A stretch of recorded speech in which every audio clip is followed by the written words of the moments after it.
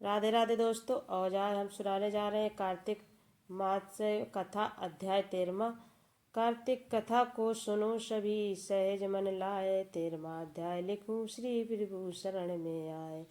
दोनों ओर से गदाओं, बाणों और त्रिशूलों आदि का भीषण प्रहार हुआ। दैत्यों के तीक्ष्ण प्रहारों से व्याकुल देवता इधर उधर भागने लगे। तब देवताओं को इस प्रकार भयभीत हुआ देखा। गरुड़ पर चढ़े भगवान युद्ध में आगे बढ़े और उन्होंने अपना सारंग नामक धनुष उठाकर बड़े जोर का टकरार किया। त्रिलोकी शब्दिक हो गए। एकमात्र हे भगवान ने हजारों दैत्यों से सिरों काट का गिराया। तो विष्णु और जलंधर का महासंग्राम हुआ। बाणों से आकाश भर गया।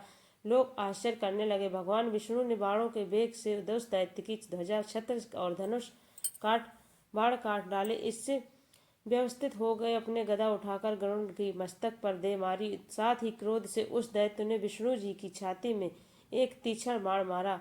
इसके उत्तर में विष्णु जी ने उसकी गदा काट दी और अपनी सारंग धनुष पर बाण चढ़ाकर उसको बींधना आरंभ किया।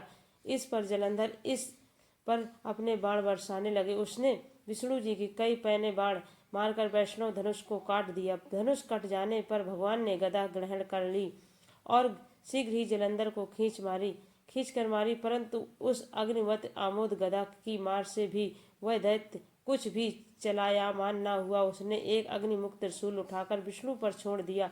विष्णु ने जी शिव के चरणों पर स्मरण कर नंदन नामक त्रिशूल से उसके त्रिशूल को छेद दिया। जलंधर ने झटपटाकर विष्णु जी की छाती पर एक जोर का मुष्टिक मारा और उत्तर में भगवान विष्णु ने भी उसी छाती पर उसकी एक मुष्टिक का प्रहार किया। फिर दोनों घुटने टेक बहुओं और मुष्टिकों से बहु या युद्ध करने लगे। इतनी देर तक भगवान उसके साथ युद्ध करते रहे। तब सर्वश्रेष्ठ मायावी भगवान उस दैत्यराज के मेहावी से बोले, रे रण दुर्मद दैत्य श्रेष्ठ, तू धन है जो इस महायुद्ध में इन सब बड़े आयुधों से भयभीत न हुआ। तेरे इस युद्ध में मैं प्रसन्न हूँ, तू जो चाहे वो वर मांग।